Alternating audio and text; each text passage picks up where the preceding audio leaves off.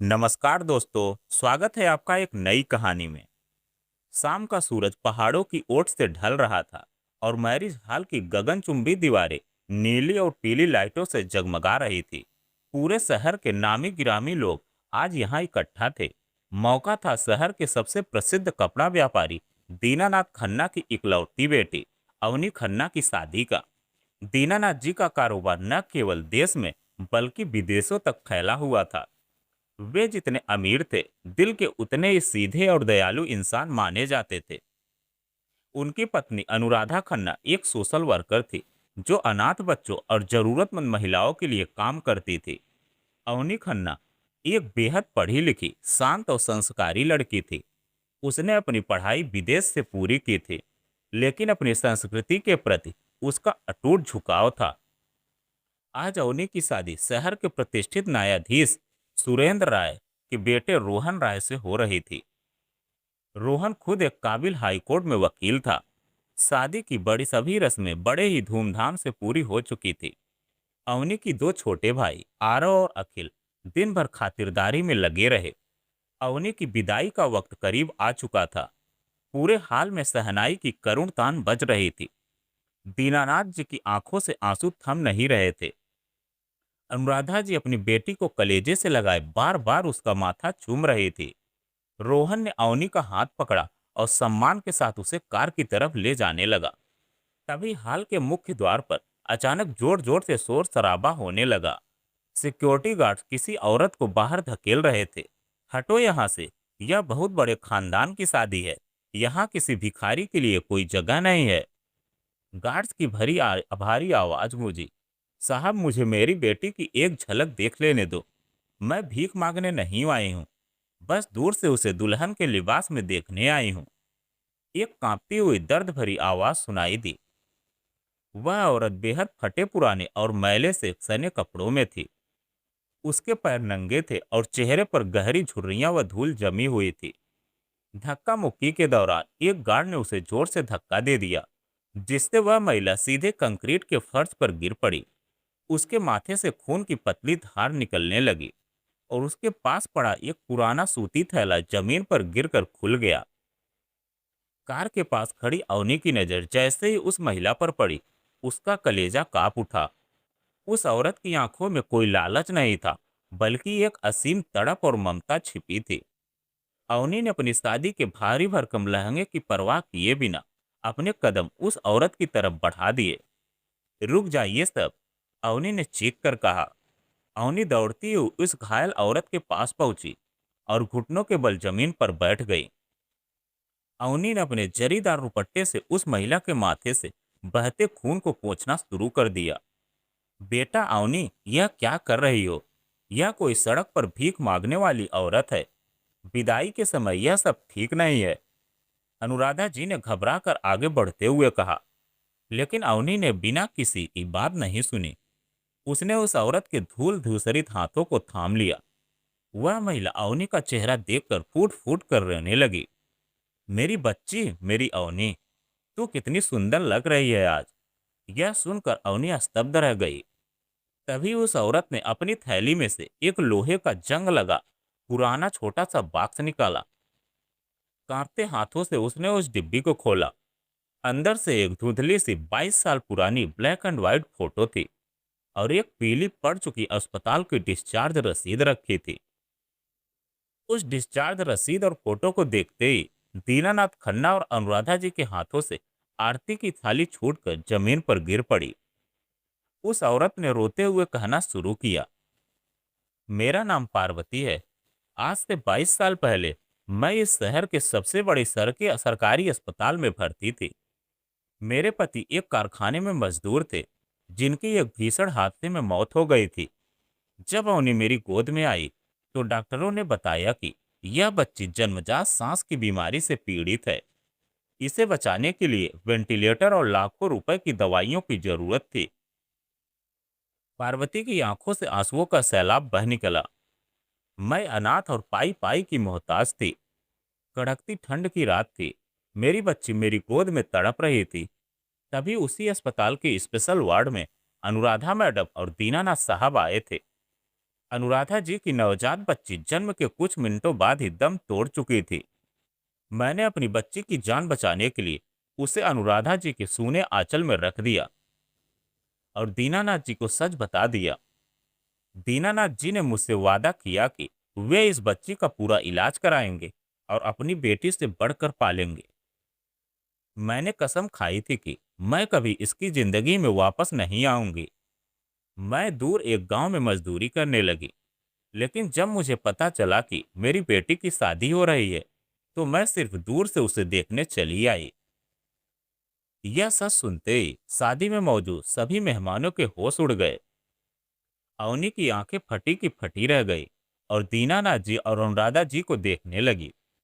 तभी अवनी की आंखों से आंसू छलक पड़े। उसने भरे हुए गले से दीनानाथ जी की तरफ देखा और सवाल किया, पापा, आपने मुझसे इतना बड़ा सच आज तक क्यों छिपाया? आपने मुझे कभी क्यों नहीं बताया कि मेरी एक और माँ है जिसने मुझे जन्म दिया? क्या आपको लगता था कि यह सच जानकर मेरा प्यार आपके लिए कम हो जाता? यह सुनकर दीनानाथ जी का गला रुध गया और वे कांपती आवाज में बोले, नहीं बेटा अवनी, ऐसा नहीं है। हमने यह सच तुमसे इसलिए नहीं छिपाया कि हमें तुम्हारा प्यार खोने का डर था, बल्कि इसलिए छिपाया क्योंकि पार्वती जी ने हमसे यही कसम ली थी। इन्होंने मुझसे वचन लिया था कि जब तक ये जीवित है, मैं तुम्हें कभी यह न बताऊं कि तुम गोद ली गई हो, ताकि तुम्हारे मन में कभी खुद के बेसहारा होने का ख्याल भी न आए। इन्होंने तुम्हारी खुशियों के लिए अपनी पहचान की बलि दे दी थी। यह सुनकर अवनी का दिल भारी हो गया। तभी माहौल में अचानक एक नया मोड़ आया। शादी में शामिल दीनानाथ जी के दूर के रिश्तेदार और बिजनेस पार्टनर सोमेश्वर आगे बढ़े। उनके चेहरे पर एक कुटिल मुस्कान थी। रुकिए जरा, सोमेश्वर ने ऊंची आवाज में कहा, जिससे पूरे हार में फिर सन्नाटा छा गया। दीनानाथ जी, आप बहुत सीधे इंसान हैं, इसलिए यह औरत आज आपको और पूरे शहर को बेवकूफ बना रही है। यह सुनकर मेहमानों के बीच कानाफूसी शुरू हो गई। अवनी ने चौंक कर देखा। सोमेश्वर अंकल, आप यहाँ क्या कर रहे हैं? सोमेश्वर ने अपने फोन में एक पुरानी अखबारी कटिंग की डिजिटल कॉपी निकालते हुए सबके सामने लहराई। 22 साल पहले उसी सरकारी अस्पताल में बच्चा चोरी का एक बहुत बड़ा केस दर्ज हुआ था। पार्वती नाम की यह महिला कोई त्यागी मां नहीं है। इस पर आरोप था कि इसने पैसे के लालच में अस्पताल से एक नवजात बच्ची को चुराया था और बाद में पकड़े जाने के डर से उसे झाड़ियों में फेंक दिया था। यह औरत तो एक भगोड़ी मुजरिम है, जो आज खन्ना परिवार की संपत्ति में हिस्सा बटोरने का ब्लैकमेलिंग ड्रामा रच रही है। सोमेश्वर के इस आरोप से पूरे मंडप में भूचाल सा आ गया। रिश्तेदार थू थू करने लगे। पार्वती कांपने लगी और उसका चेहरा पीला पड़ गया। वह रोते हुए सिर हिलाने लगी। नहीं, यह झूठ है। मैंने कोई चोरी नहीं की थी साहब, मैंने कोई गुनाह नहीं किया। यह सुनकर अवनी का दिल दहल गया। एक तरफ जन्म देने वाली माँ का वो आंसू भरा चेहरा था और दूसरी तरफ इतना संगीन आपराधिक आरोप। शादी का माहौल पूरी तरह से एक जुर्म की तफ्तीश में बदल चुका था। तभी दूल्हे के पिता न्यायाधीश सुरेंद्र नाथ राय आगे आए। एक अनुभवी जज होने के नाते उन्होंने अपनी कड़क आवाज में कहा, अदालत और कानून सिर्फ आरोपों पर नहीं, सबूतों पर चलते हैं। सोमेश्वर जी, अगर यह मामला 22 साल पुराना है, तो इसका सच भी तुरंत सामने आ सकता है। सुरेंद्र नाथ जी ने तुरंत शहर के वरिष्ठ पुलिस अधीक्षक एसएसपी को फोन मिलाया और सरकारी अस्पताल के 22 साल पुराने उस पेंडिंग रिकॉर्ड और केस फाइल को तुरंत ईमेल मंगवाने का आदेश दिया। अगले 15 मिनट पूरे हाल के लिए भारी तनाव और सांसें थाम देने वाले सस्पेंस से भरे थे। कोई नहीं जानता था कि पार्वती सच बोल रही है या झूठ, या फिर सोमेश्वर का दावा सही है। अवनी चुपचाप भगवान की मूर्ति के सामने हाथ जोड़े खड़ी थी, जबकि पार्वती जी जमीन पर बैठी थर थर कांप रही थी। तभी जज साहब के फोन पर एक ऑफिशियल पीडीएफ फाइल आई। फाइल खोलकर पढ़ते ही सुरेंद्रनाथ राय के चेहरे के भाव बदल गए।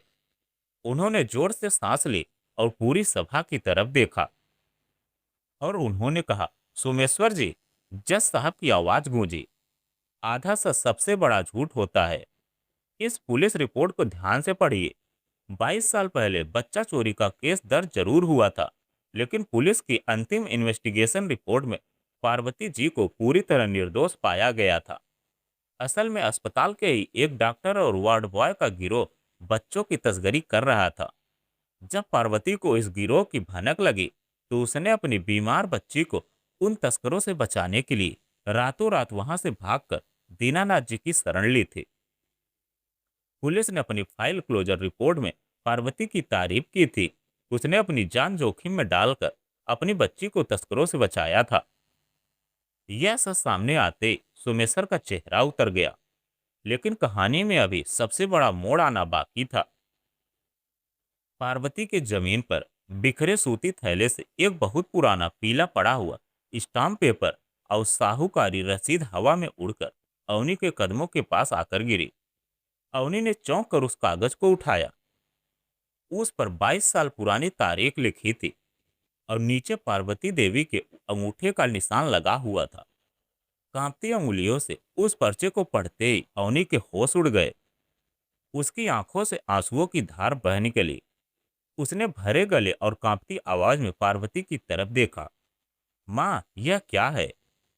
उस रात जब मैं अस्पताल में वेंटिलेटर पर तड़प रही थी और दीनानाथ पापा तक खबर नहीं पहुंची थी, तब मुझे वेंटिलेटर पर चढ़ाने की इमरजेंसी फीस के 10,000 रुपए जमा करने के लिए तुमने सोमेश्वर अंकल के पिता की साहूकारी दुकान पर अपने स्वर्गीय पति की आखिरी निशानी, अपने सोने की नथ और मंगलसूत्र गिरवी रख दिया था। अवनी ने आगे की लाइनें पढ़ी तो वह फूट फूट कर रो पड़ी। और यह क्या लिखा है इसमें? पैसे कम बढ़ गए तो बचे हुए 5,000 के बदले तुमने सोमेश्वर अंकल के ईंट भट्ठे पर 10 साल तक बिना मजदूरी के बधुआ काम करने का कागज साइन किया था। यह सुनकर पूरे हाल में सन्नाटा सा छा गया। हर शख्स की सांसें थम गई। सोमेश्वर का चेहरा डर के मारे सफेद पड़ गया और वह डर के मारे पीछे हटने लगा। अवनी ने सोमेश्वर की तरफ मुड़कर चीखते हुए कहा, सोमेश्वर अंकल, आप आज मेरी मां पर बच्चा चोरी का झूठा आरोप इसलिए लगा रहे थे ताकि 22 साल पहले एक बेबस लाचार मां का शोषण करके उससे 10 साल तक कराई गई आपकी गैर कानूनी बधुआ मजदूरी का काला सच कभी दुनिया के सामने न आ सके। पार्वती ने रोते हुए अवनी का हाथ अपने हाथों में ले लिया। बेटा, उस रात अगर 12 बजे तक वेंटिलेटर के पैसे जमा न होते तो तेरी सांसें टूट जाती। मेरे पति का आखिरी मंगलसूत्र और मेरी 10 साल की आजादी तेरी एक सांस से बड़ी नहीं थी। मैंने 10 साल ईंट भट्टे पर खून पसीना बहाकर वह कर्ज उतारा ताकि तू एक बड़े घर में बेफिक्र होकर सिर उठाकर जी सके। यह सुनते ही रोहन के पिता जज सुरेंद्र नाथ राय की आंखें गुस्से और सम्मान से भर आई। उन्होंने सोमेश्वर की तरफ कड़ी नजर से देखा और कहा, सोमेश्वर जी, एक मजदूर माँ की लाचारी का फायदा उठाकर उससे बधुआ मजदूरी कराना संगीन अपराध है। कल सुबह आपकी और आपके भट्टे की पूरी जांच होगी और आपको कानून के मुताबिक जेल जाना होगा। इसके बाद जज साहब पार्वती के पास गए और झुककर सम्मान से उनके पांव छू लिए। आज मुझे और मेरे परिवार को गर्व हो रहा है कि हमारी बहू एक ऐसी माँ की बेटी है जिसने अपनी बच्ची की एक रात की सांसों के लिए अपने पति की आखिरी निशानी और अपनी 10 साल की आजादी गिरवी रख दी। रोहन ने आगे बढ़कर पार्वती के सामने हाथ जोड़े और कहा, माँ जी, आपके इस महात्याग को मेरा प्रणाम है। आज से आपकी देखभाल और सम्मान की पूरी जिम्मेदारी हमारी होगी। अवनी के सब्र का बांध टूट गया। वह फूट फूट कर रोती हुई अपनी जन्म देने वाली माँ से लिपट गई। माँ! पार्वती ने अपनी बेटी को सीने से लगा लिया। अवनी ने पार्वती का हाथ पकड़ा और दीनानाथ जी की तरफ देखा और कहा, पापा, आज से मेरी माँ यहीं रहेंगी। दीनानाथ जी ने मुस्कुराते हुए अपने आंसू पोंछे और कहा, बेटा, तुमने मेरे दिल की बात कह दी। पार्वती जी आज से कहीं नहीं जाएंगी। यह घर जितना हमारा है उतना ही इनका भी है।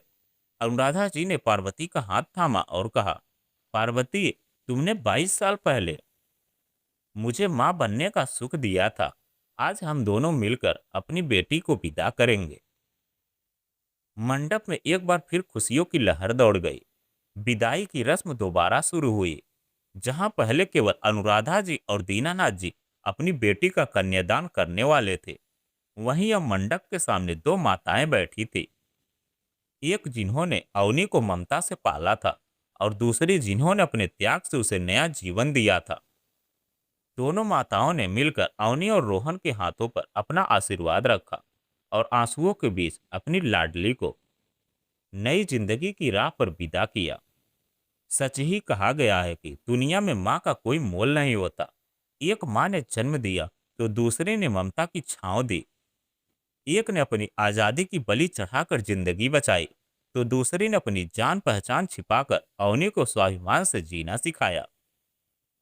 तो दोस्तों, त्याग और ममता की यह कहानी अगर आपके दिल को छू गई हो तो इसे अपनों के साथ शेयर कर जरूर करें और कमेंट में बताएं कि दोनों माताओं में से किसका त्याग आपके दिल को ज्यादा भाया। अगर आप हमारी वीडियो को पहली बार देख रहे हैं तो वीडियो को लाइक और चैनल को सब्सक्राइब करना बिल्कुल भी ना भूलें। तो चलिए मिलते हैं एक नई कहानी में।